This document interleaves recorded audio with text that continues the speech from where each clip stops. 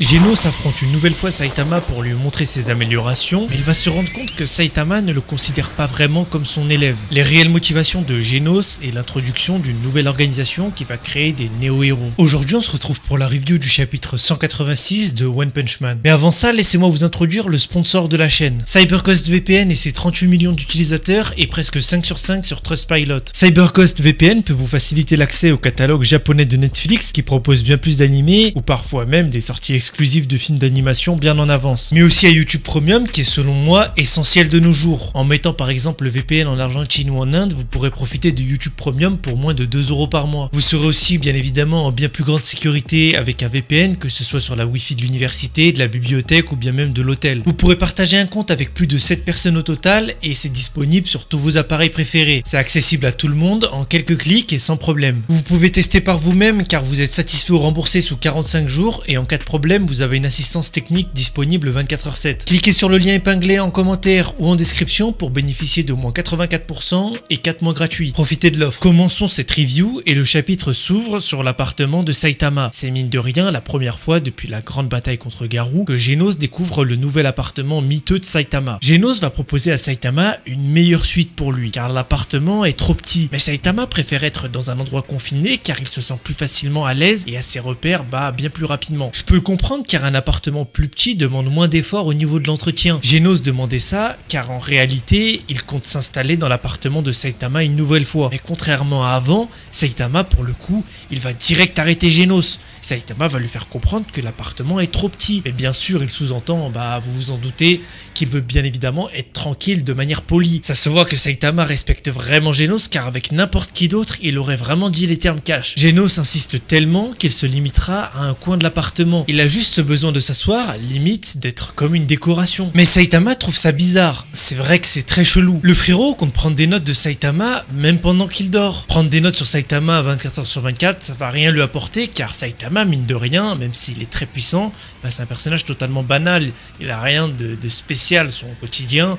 C'est comme vous et moi, rien ne change si ce n'est qu'il one-tap un ennemi. En fait, ce qui me fait rire, c'est que Saitama, il a donné la clé de son succès à tout le monde. Bon, on sait très bien que c'est son entraînement, la clé de son succès. Mais tout le monde pense que Saitama cache un secret derrière ça. Tout le monde pense que Saitama cache un autre secret qu'il révélera à un moment ou un autre. Genos est en quelque sorte en train de plus surveiller Saitama que de lui rendre service. Mine de rien, Genos semble en savoir un rayon sur Saitama, puisqu'il a littéralement un cahier et des tonnes de pages. Serait-ce peut-être lui l'auteur entre grosses guillemets de One Punch Man? Ça se trouve qu'on suit les aventures de Saitama à travers les yeux de Genos. Il va proposer à Saitama un combat d'entraînement pour tester ses nouvelles améliorations. Bien sûr, Saitama va accepter car il comptait sortir prendre l'air. Ils trouveront un bel espace ouvert et Saitama dira que de nos jours, on trouve bien plus facilement un monstre qu'un coléoptère. Et retenez bien cette phrase que Saitama a dit car Murata est très fort dans les détails, montrant là la supériorité de Saitama en tout point sur l'analyse du terrain qu'il fait en continu. Saitama et Genos sont face à face, prêts à enfin en découdre. Tous deux vont mener leur deuxième affrontement, le premier qui lui est déjà iconique et cumule des centaines de millions de vues à ce jour. Genos va remercier Saitama qui lui laisse le privilège de l'affronter. N'oubliez pas que Genos sait absolument tout sur Saitama, son affrontement contre Garou, le véritable affrontement contre Garou, je dis bien là, l'affrontement où il avait le cœur de Genos dans les mains. Celui qui a pris des proportions spatiales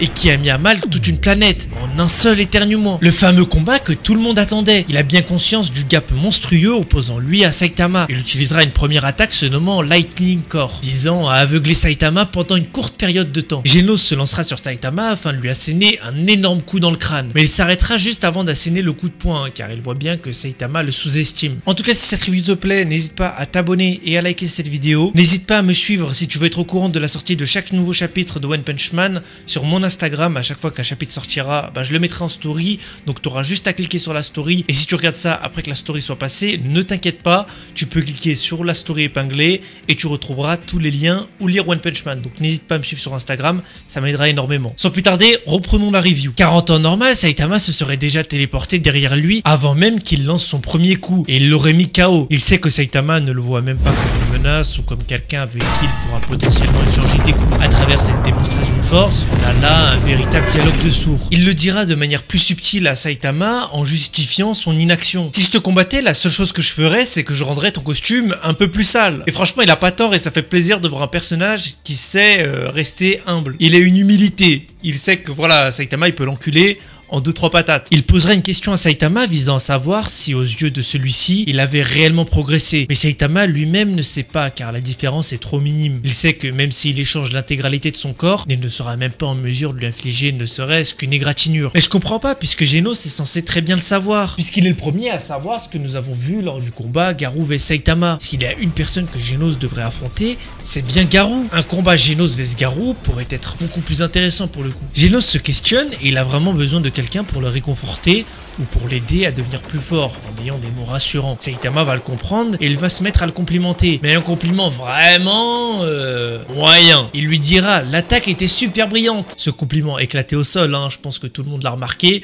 C'est la pire réplique, tout anime confondu. Sérieux, pour motiver son élève, il lui dit t'es devenu plus brillant. Genos sait que Saitama pouvait se permettre de garder les yeux ouverts suite à l'attaque de Genos, car il a enquillé des attaques avec une puissance lumineuse bien plus élevée, et il gardait quand même les yeux ouverts. Là, Saitama, il avait vraiment juste la flemme de faire l'effort de se concentrer pour son élève, on va pas se mentir. Genos sait maintenant, il sait que Saitama est vraiment fondamentalement quelqu'un qui ne peut pas avoir la responsabilité d'un élève. Genos dira que Saitama ne l'a jamais regardé, et on aura une vue sur un coléoptère. Souvenez-vous, du coup, c'est ce que Saitama disait juste avant même que le combat commence. Saitama va analyser le terrain et il a remarqué ce petit insecte microscopique. Genos s'en servira pour se convaincre que Saitama ne pose pas les yeux sur lui et qu'il était bien plus concentré à regarder les alentours plutôt que de se concentrer sur son élève. Ce combat n'était pas tant une démonstration de force, mais plus un amas de preuves afin de convaincre Genos du fait que Saitama n'est pas un bon sensei. Malgré qu'il soit extrêmement fort, ça on le nie pas, Genos est le disciple de Saitama depuis seulement 2 mois. Que 2 mois se sont écoulés depuis le début du manga. C'est vraiment très peu. Genos sait qu'il a progressé, mais pas assez pour que Saitama le remarque. Il sait qu'il est bien trop loin du niveau qu'il est censé avoir pour être aux côtés de Saitama. Genos va remettre sur la table l'objectif que Saitama lui avait donné, à savoir de monter dans le top 10 des héros de classe S. Mais il se rend bien compte que le niveau des classes S est bien inférieur à celui de Saitama, et que donc l'élève était bien trop loin de dépasser le maître. Mais après, est-ce que Genos en demande pas un peu trop finalement? Car il abuse quand même. Vouloir autant de résultats en moins de 2 mois et vouloir rivaliser avec le maître en 2 mois, on souffle un peu. Genos s'intéresse à la nouvelle organisation des héros qui va ouvrir, qui se nomme Neo Hero, et qui va probablement donner lieu à de nouveaux rivaux, tant bien même pour Saitama que pour Genos. Bon, pour Saitama, on sait pas trop. Les Neo Hero ont vu le jour car la confiance vis-à-vis de l'association des héros créée par Monsieur Agoni ne laisse pas les gens indifférents. Le fait que les héros de classe S ne soient pas dignes de confiance et qu'ils détruisent beaucoup la ville en combattant, et que les fonds politiques et certaines dérives liées à cette association a dégradé l'image et l'opinion publique de celle-ci. D'où l'apparition d'une nouvelle organisation, les Néo-Héros. Ils sont prêts et connaissent là où l'association des héros a fauté. Ils ont pris de ces erreurs et ne les reproduiront pas. Ils sont bien plus nombreux que l'association des héros qui comptabilise que 600 héros. C'est très peu, alors que les Néo-Héros sont tout nouveaux et ils comptabilisent plus de 2000 nouveaux héros. Et c'est un truc de ouf parce que l'association des héros, quand même, elle est là depuis 4 ans, il me semble. Et en 4 ans, ils ont réussi qu'à prendre 600 héros. Bon, après, il faut aussi se dire que l'association des héros fait quand même un tri,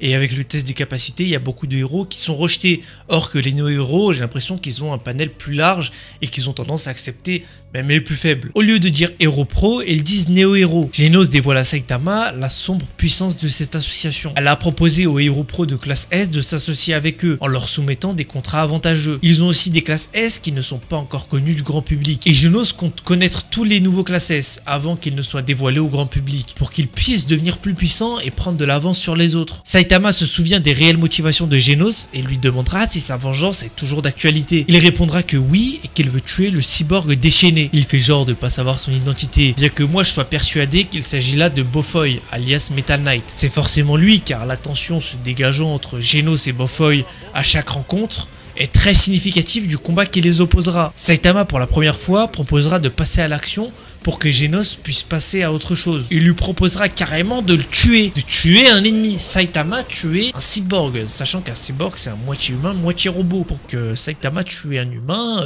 c'est un peu chaud quand même. Mais là on ne sait pas trop si Saitama s'adresse au cyborg ou à Bofoy. Je pense que Metal Knight a son rôle à jouer là-dedans. Genos connaît la vraie force de Saitama et il sait qu'il ne l'a jamais affronté. Je parle là de cyborg déchaîné. Car si ça aurait été le cas, Saitama s'en serait souvenu comme d'un combattant extrêmement puissant. Bien que je sois sceptique à l'idée qu'un cyborg soit plus fort que God Garou. Genos va devenir un néo-héros, ce qui montre là une scission entre Saitama et Genos, qui prennent dorénavant 2 chemins différents. Genos proposera à Saitama de le rejoindre, car il pourra convaincre les néo-héros de réévaluer sa position pour qu'il soit enfin reconnu à sa juste valeur. Saitama ne sera pas convaincu par Genos et refusera car il ne veut pas fournir plus d'efforts qu'actuellement. Sa position est avantageuse pour lui car il n'est pas sous une tonne de responsabilité et son métier ne reste qu'une passion et non un devoir. Genos refusera également de rejoindre les néo-héros car il ne veut pas se séparer de Saitama. Il ne veut pas que leurs deux chemins se séparent parce que s'il aurait choisi de rejoindre les néo-héros, je pense que Saitama et Genos n'auraient plus grand chose en commun. Il veut rester fidèle à Saitama car il sait que c'est une arme puissante qui pourra l'aider pour sa vengeance et aussi c'est une arme puissante pour faire régner la justice. Saitama est une arme de terreur, une arme bien plus puissante que l'arme nucléaire, donc l'avoir de son côté, ça va avoir quand même un gros atout. Genos n'arrive même pas à quantifier le pouvoir de son sensei, son pouvoir est tellement incommensurable qu'il ne peut même pas y mettre des mots. Moi ça me fait plaisir que Saitama il est enfin reconnu, surtout que Genos on sait très bien, depuis le combat contre Garou, il sait ce que vaut Saitama, il sait que Saitama est une réelle menace et que Saitama, il a mené un combat de zinzin, n'empêche. Il a failli détruire la planète Terre en un éternuement. Il a balayé toute la surface gazeuse d'une planète. En un table flip, il a détruit quand même un satellite. On parle là de Saitama qui, sans le moindre effort, peut venir à bout d'un putain de monstre. En tout cas, j'ai pas grand chose à dire en termes de théorie, mais si vous voulez savoir ce que j'en pense, je pense réellement que les néo-héros vont être le dernier arc narratif, qu'après cela, il va y avoir notamment God et le combat final, parce que selon moi, du moins ma théorie, c'est que God soit réellement l'ennemi final, je vois pas vraiment d'ennemi qui soit au-dessus de God. J'ai étayé ça dans ma vidéo théorie One Punch Man qui doit sortir déjà depuis 2-3 mois, je devais la sortir. Mais bon, elle a été retardée par rapport à pas mal de choses. Je voulais aussi vous dire quelque chose, je me suis lancé dans le mini making, je sais pas si ça se dit comme ça, mais voilà, les gens qui font les miniatures YouTube notamment. Et ouais, je me suis lancé dans les miniatures YouTube et franchement, ça me plaît pas mal. Je travaille pour Jamel le chômeur. C'est vraiment un bon au passage, donc voilà, si vous voulez faire un tour, vous pouvez aller sur mon Twitter pour voir un peu ce que je fais. Je mettrai peut-être en story Instagram 2 ou 3 miniatures pour que vous voyez un peu. Donc voilà, c'est 10 € la miniature. S'il y en a qui sont intéressés parmi vous, n'hésitez pas à m'envoyer un message. Je me ferai un plaisir de prendre en charge votre commande. En tout cas, c'était Kyoshi. Merci de m'avoir regardé. On se dit à la prochaine pour une autre vidéo, notamment sur le prochain chapitre de Jujutsu Kaisen. C'était Kyoshi. Ciao.